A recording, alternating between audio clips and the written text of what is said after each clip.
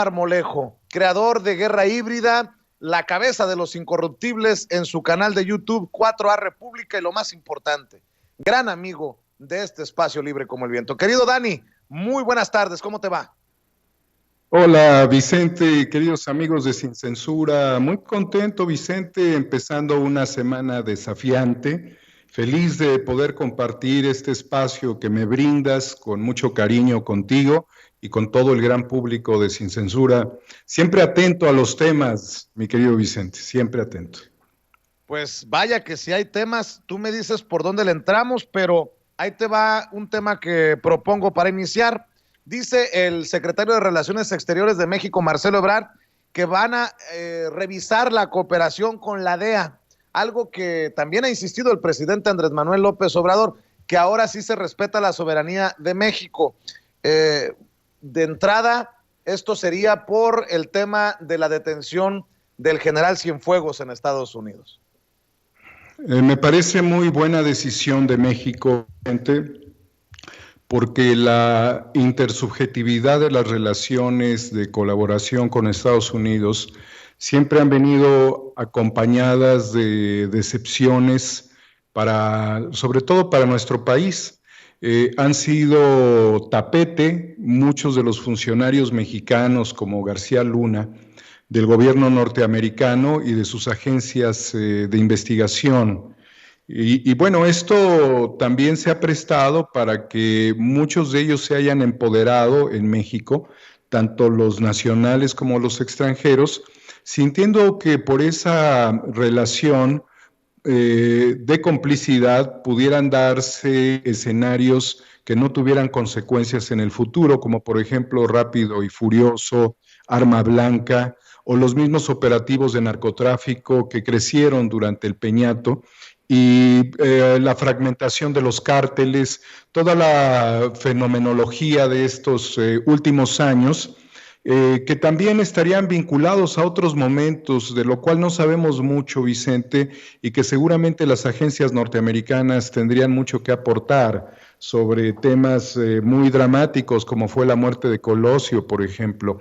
Realmente es necesario tener una nueva forma de relacionarnos basándonos en el espíritu de la Cuarta Transformación, porque ante esto se defiende el interés nacional y no los intereses norteamericanos, tanto de los propios organismos del Estado profundo norteamericano, que son los que han venido manipulando a los personajes mexicanos muy cómodamente, como también al complejo militar industrial que se beneficia desde hace ya muchos años en México, no de venderle armas a los ejércitos, sino vendérselas a los cárteles.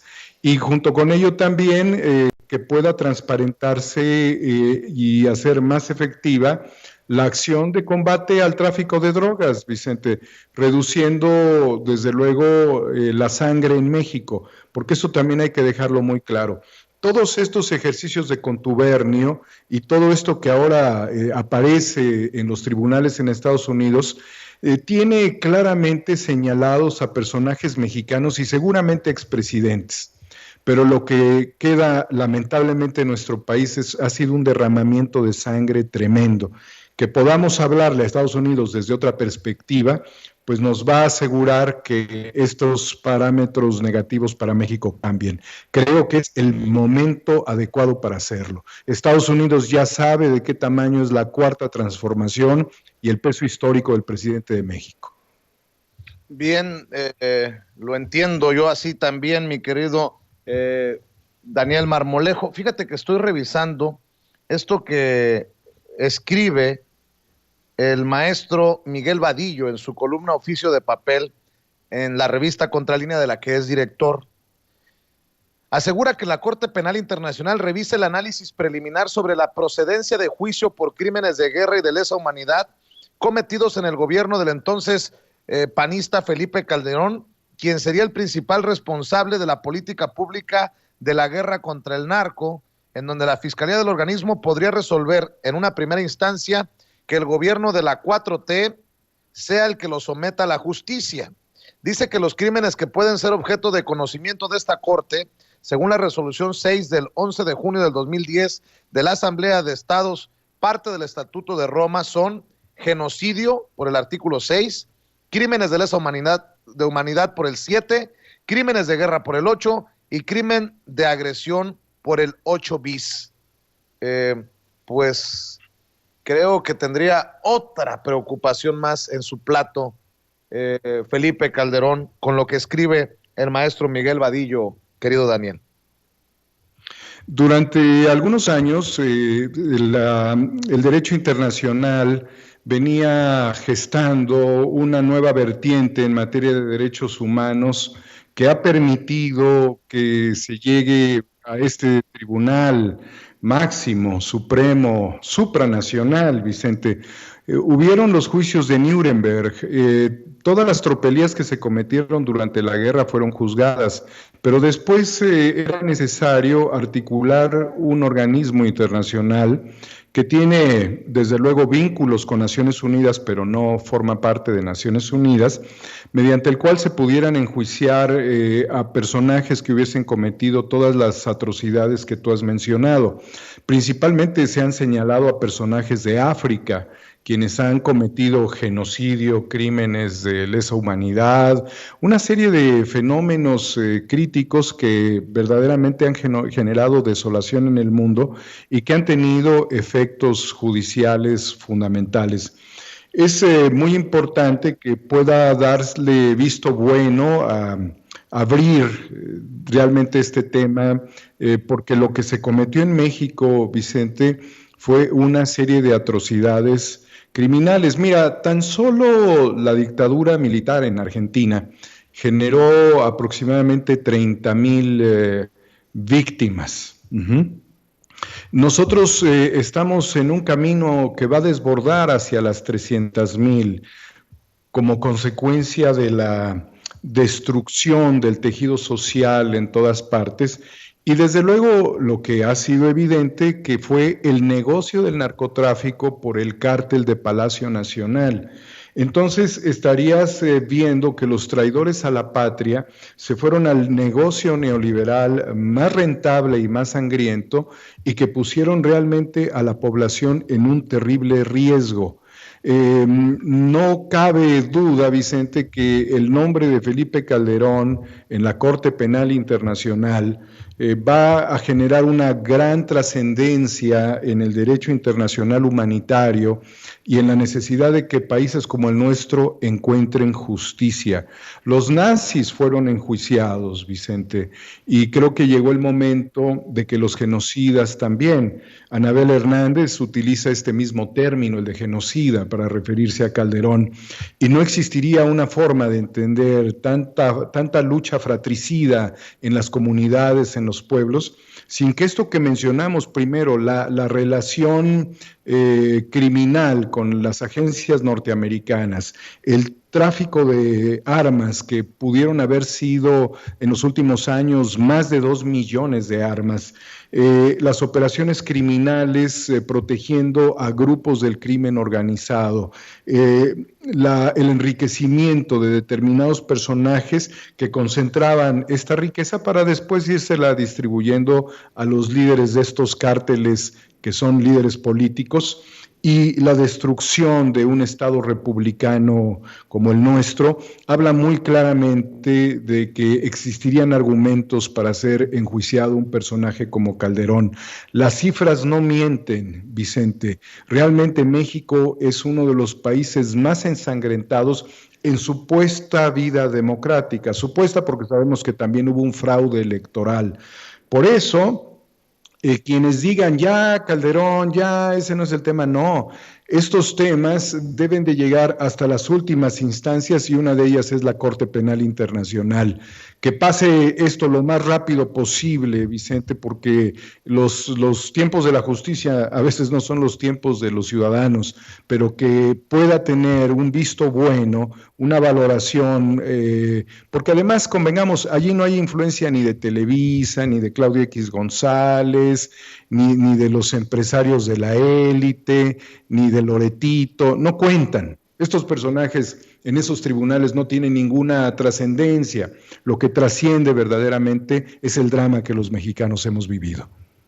Y Daniel, ya que estamos hablando de estas cosas y de cortes y de acusados, contrario a lo que muchos pudieron haber imaginado o pudimos haber imaginado, el Chapo Guzmán no testificará contra el general Cienfuegos ni hoy ni nunca. Después de la presentación del exsecretario de la Defensa Nacional, el general Salvador Cienfuegos, ante una corte federal del distrito en Los Ángeles, California, la defensa del ex líder del cártel de Sinaloa, Joaquín El Chapo Guzmán, dijo que su defendido ha decidido no cooperar con la Fiscalía estadounidense ni testificar en su contra. La decisión del señor Guzmán es que no cooperará con la Fiscalía ni hoy ni nunca, dijo William Purpura, quien representó a El Chapo durante el llamado juicio del siglo. Dame tu reflexión sobre esto, Daniel.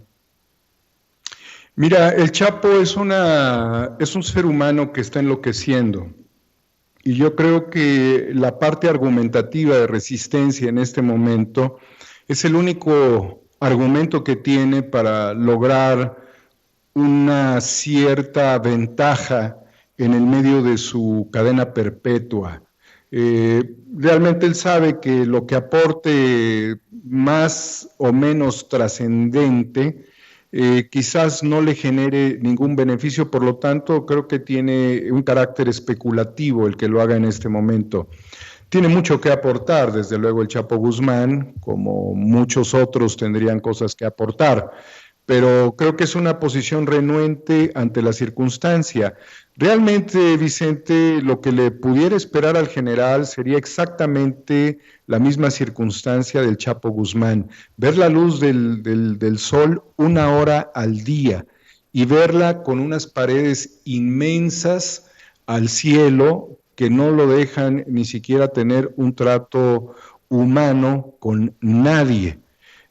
Como lo ha vivido ya durante más de un año el Chapo Guzmán, pues naturalmente él quisiera tener alguna ventaja si acaso participara.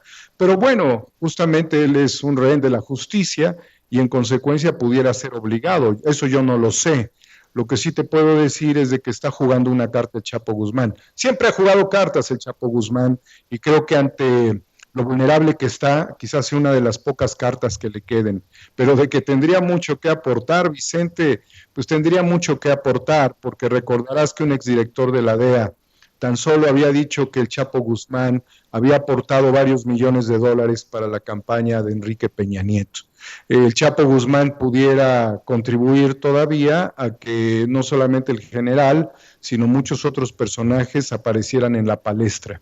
Démosle un poco de chance al Chapo, por ahí recapacita y quizás, no sé, los jueces pudieran darle alguna ventaja, tampoco lo sé, pero creo que esa es una posición muy humana dadas sus circunstancias. La que dice que es rehén y que está siendo amedrentada es Chayito Robles, mi querido Daniel Marmolejo. La exsecretaria de Desarrollo Social, Rosario Robles Berlanga, acusó que la Fiscalía General de la República la mantiene como rehén debido a que no ha aceptado colaborar. Señaló que no optará por recurrir a lo que llamó la falsa delación disfrazada de testigo colaborador.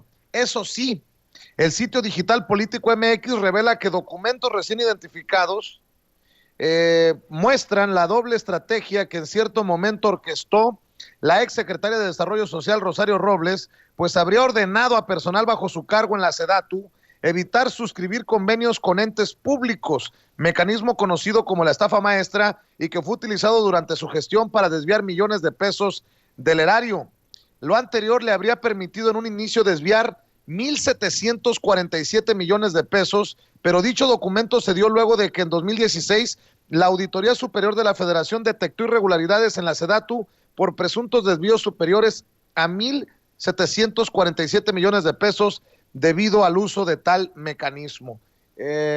Pues ni Blanca Palomita, ni víctima, Rosario Robles, creo que está clara de quién es y lo que trae entre manos mientras sigue en el penal de Santa Marta, Acatitla. Fíjate que la resistencia de Rosario Robles es envidiable, Vicente. Es una resistencia que se puso a prueba, aún atacando en su momento a su propio partido político que fue el PRD. Si tú quisieras analizar cuál fue el personaje que más dañó al PRD en ese lapso donde ella tuvo el control del partido y donde empezó a establecer alianzas estratégicas en todo el país con gobiernos de izquierda a los cuales les venía imponiendo operaciones comerciales con el corruptor Carlos Ahumada, pues fue ella. O sea, Rosario Robles no es una blanca paloma ni hoy, ni lo fue cuando estuvo en la izquierda, aunque tiene algunas características que son muy importantes de señalar, como es de antemano aguantar vara, si así pudiéramos utilizar este término. Ella soportó todo lo que fue un fenómeno desquiciado en su contra cuando apareció el caso de Carlos Ahumada. Intentó promover que se sentara a la mesa para negociar con el presidente, bueno, en ese momento era el jefe de gobierno de la Ciudad de México, Andrés Manuel López Obrador, quien era su amante, Carlos Ahumada, quien era verdaderamente un tipo nefasto. Después de que se fue a México, huyendo, después que llega a Argentina y demás, siguió cometiendo tropelías Carlos Ahumada. Ella ha sido verdaderamente firme en cuanto a la defensa de quienes le dieron, digamos, un pasaporte para continuar dentro de la función pública, dentro de las actividades políticas, dentro del gobierno, como en el caso fue, desde luego, Enrique Peña Nieto. Es además un personaje vinculado a dos grandes figuras que son figuras diametralmente opuestas. Rosario Robles es un cuadro de Cuauhtémoc Cárdenas, pero al mismo tiempo Rosario Robles se vuelve un cuadro de Carlos Salinas de Gortari, cuando le pone la banda presidencial que saca de su vitrina y la hace creer que ella pudiera ser una buena presidenta de México. Me resulta muy lógico pensar que Salinas la impulsó a ella para formar parte del gobierno de Enrique Peña Nieto, que haya sido por la vía de Salinas, pero mantiene esa posición de no doblarse, porque mira, Vicente, a estas alturas de lo que ha vivido, ya es para que el encargado de armar muchos de estos contratos con entes públicos y privados y mover la estafa maestra, como sería el oficial mayor, estuviera también en la cárcel Emilio Cebadúa, y no está en la cárcel. Emilio Cebadúa, un personaje vinculado con el Bester Gordillo. Entonces ella ha tenido una resistencia brutal para apechugar. Yo no sé si es producto de su formación universitaria. Ella viene de la UNAM, fue una destacada sindicalista, una luchadora por los trabajadores. Era una mujer impresionante que verdaderamente se perdió, como se perdió Roger Bartra también, lo mencionó hoy el presidente. Pero lo que sucede con Rosario Robles es de que sí la tentó muy fuertemente la ambición y esto la llevó literalmente a una condición demencial para permitir que todas estas cosas sucedieran. Estaba fuera de control, desde luego, su actividad como funcionaria del gobierno de Calderón con el tema de la estafa maestra, querido Vicente. Pero ahora ve la diferencia con otro personaje que sale a despepitar desde un principio todo, que tiene una formación académica distinta en el ITAM. Me refiero al exdirector de Pemex, ¿sí? Entonces tienes al exdirector de Pemex que suelta la sopa y tienes a ella que resiste la bronca sola y vive encapsulada en un problema del cual ella pudiera tener una alternativa, pero no quiere colaborar. Mientras no colabore, pues yo veo que su situación no se va a mover mucho de la circunstancia en la que está, pero mientras tanto aprovecha la ocasión para hacerse ver como una mujer que es víctima del gobierno de la Cuarta Transformación. Yo creo, Vicente, que de todos modos las energías se agotan el tiempo pasa. Quienes le ofrecieron protección, como fue Peña Nieto, que le dijo que no iba a pasar nada, no sé cuál fue el término, no lo recuerdo, el término que utilizó Peña Nieto para garantizarle una supuesta protección a Rosario, la verdad es de que se equivocó al darle esa garantía de blindaje. No está blindada, querido Vicente, y creo que Rosario pudiese tener una pena muy larga. Y bueno, convengamos ahora, Vicente, convengamos, porque también hay que entender que ella tiene cierto criterio racional. No le conviene permanecer así.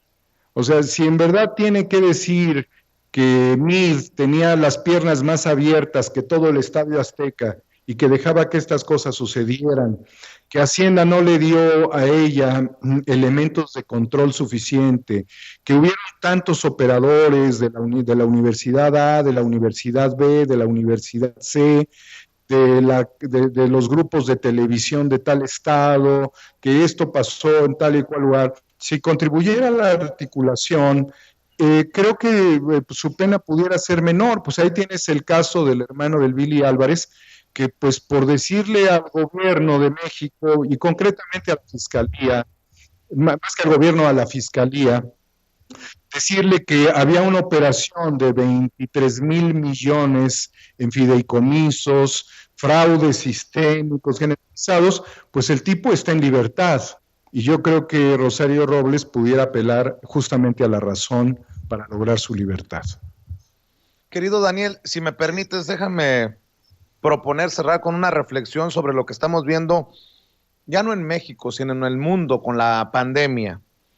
Ahora hay toque de queda en El Paso y en Juárez. Y para mí es insigne, representativo de lo que se está viviendo en otras partes del mundo, como en España, en donde ya se declaró estado de alerta por el rebrote del coronavirus. Ahora es en la frontera, del lado estadounidense en El Paso, del lado mexicano en Juárez, toque de queda a las 10 de la noche, todos a casa. Y así como ellos, diversos gobiernos del mundo, pues están tomando medidas por el repunte de los casos del COVID-19. Dame tu reflexión ante lo que estamos, Daniel. Vicente, estamos ante el desmontaje de la humanidad. Realmente este es el momento más dramático que como ciudadanos del mundo, de esta parte de Occidente que nos ha tocado vivir, hayamos podido imaginar en nuestra vida. Realmente hay circunstancias que llevan a la muerte a millones de personas, cáncer, diabetes, infecciones pulmonares, y de esto da cuenta el doctor José Carlos Arias en un artículo que saldrá próximamente en el periódico Regeneración. Sin embargo, Vicente, lo que está sucediendo en este momento es que se está imponiendo una teología sin Dios en el mundo. No tiene que ver esto con las teologías tradicionales, milenarias, que todos nosotros conocemos y con las cuales fuimos inculcados a través de catecismos, evangelios, doctrinas de fe y formas de comportamiento. No, Vicente. Se está haciendo un desmontaje de la humanidad. Algunos se inspiran en que esto va a llegar un momento en el que se va a resetear. Eso es absolutamente equivocado. Este mundo no se va a resetear de la forma en la que estaba, porque justamente el doctor Arias señala que hay una condición dentro del mundo de deuda de 5 cuatrillones de dólares.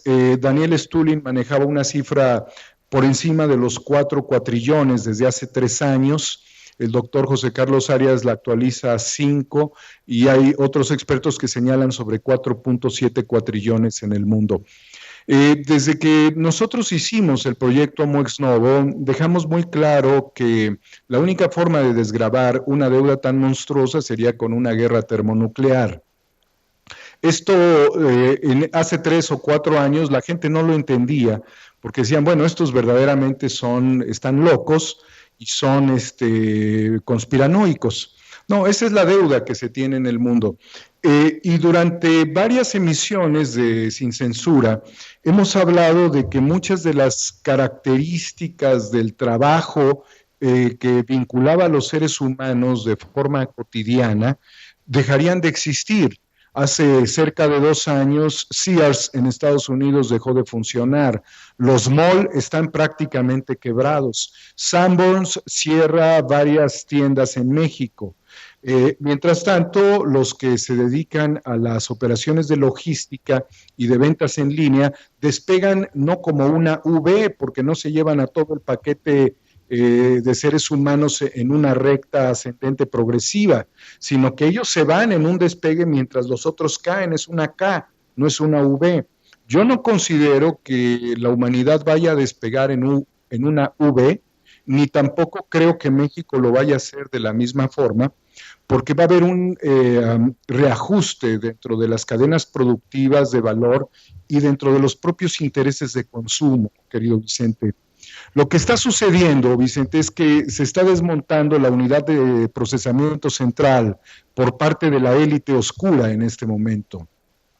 La élite oscura no está en ninguna lista conocida. También desde hace ya muchos años, desde que muchos analistas, como el propio Stulin, valoraba a las élites, hablaba de un mundo de nubes, de humo y espejos, un escenario de humo y espejos. Las grandes élites pueden tener miles de años manteniendo sus controles.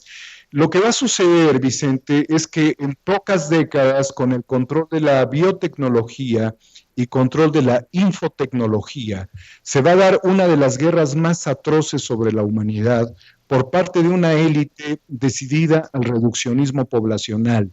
Entonces, esto que nosotros vemos realmente como una pandemia, y que yo no estoy demeritando que lo sea, ni que el virus no existe, la gente se ha muerto, el virus está, pero lo que más ha logrado el virus es la desarticulación de la humanidad, cosa que no hizo el SIDA plenamente, cosa que no ha hecho ni siquiera el cáncer, ni otros virus o enfermedades como el ébola, por ejemplo, en África. Realmente la desarticulación lleva a la humanidad a un estado de absoluta desorientación e inconsistencia. Va a ser más fácil ahora que la gente se violente, se desespere, esté más en una circunstancia prácticamente catatónica y con una economía que no conecta con nada, porque lo que tú haces le interesa cada vez a menos, porque el interés se centra en la supervivencia. Y bajo esa lógica deja de tener valor e interés muchas de las cosas que antes existían. Pero para sostener eso que existía, o los gobiernos hacen grandes esfuerzos, o los ciudadanos pasan a un nuevo proceso de adaptación a este nuevo mundo. Pero ¿a qué mundo vamos a llegar con la inteligencia artificial? A un mundo donde los humanos somos menos importantes, querido Vicente. Y en ese sentido, todo lo que supla al ser humano, pues no está sindicalizado, para empezar. Por eso mi última lucha hace más de una semana, 2 semanas, en la presidencia de la República, fue por restituir a los trabajadores electricistas de México, a los cuales decapitó Calderón. Fíjate nada más para que cheques el dato. Por el tema del COVID hay cerca de 80,000 personas que han muerto, poco más. Por el tema de la extinción de Luz y Fuerza del Centro, en 2 horas Calderón acabó con el futuro de 43,000 personas. Te puedes dar cuenta la magnitud de lo que significa tener a un loco en el gobierno. Bueno, esta lucha es necesaria ahora, porque si nosotros no readaptamos los modelos de economía social, los modelos holísticos de productividad, el control infotecnológico, ¿sí? Porque el control infotecnológico lo tiene Google, sí, lo tiene Facebook, lo tiene Amazon, pero no lo tienen los pueblos, no somos los dueños nosotros de nuestro propio destino, y consecuentemente nosotros que nos asumimos como usuarios de los sistemas y de las redes, en realidad somos su producto. A nosotros nos tienen para vendernos con las marcas, que son las marcas que van a gobernar durante el siguiente tramo del siglo XXI.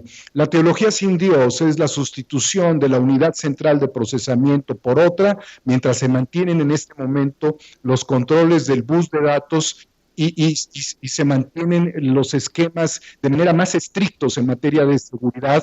Por eso ves las resistencias de los gobiernos, los autoritarismos, los neofascismos, los neonazismos y la lucha contra los humanos, quienes están sometidos por el control de este agente que es un dictador planetario microscópico. Pues vaya análisis, mi querido Daniel Marmolejo, vaya reflexión. ¿Por qué no cerramos también invitando a la gente para que busque el documental Guerra Híbrida en tu canal de YouTube, para que busque a los incorruptibles de los cuales eres cabeza ahí en tu canal, mi querido Daniel, y obviamente tu página de Twitter también? Claro que sí, mi querido Vicente. Bueno, lo primero es que no le voy a hacer caso a un comentario que me manda Chubeto Montoya, porque no es cierto, Chubeto. Lo único que sí te puedo decir, querido Vicente, es de que tenemos muy clara la situación que se vive desde diferentes márgenes. En Incorruptibles estamos haciendo una lucha también para que regularmente 4 personajes que pueden ser visión y vanguardia del futuro participen. Hemos hecho un 4 titanes por la economía, 4 titanes por la salud, haremos otros 4 titanes por la energía en el siglo XXI y haremos otros 4 titanes por la infotecnología. 4A República en YouTube, querido Vicente, y también Homo Ex Novo en Twitter. Muy atentos, Vicente, porque hay cosas que no vemos, pero que están sucediendo. Y por lo pronto, pues refrendar, quiero nada más para cerrar esto, el interés del presidente de México de darle valor a los recursos energéticos, a la producción y de la distribución nacional, que ese es el camino que rompió también Felipe Calderón. Mi querido Daniel, como siempre, agradecido por tu tiempo, por el análisis, por tus comentarios. Un abrazote. Te mando todo mi cariño, Vicente. No te voy a preguntar en qué parte del mundo estás, pero si estás allá, tómate un mezcal a mi salud, por favor. Te mando mi cariño y a todos. Sale, pues, un abrazo, mi querido Daniel Marmolejo. Gracias.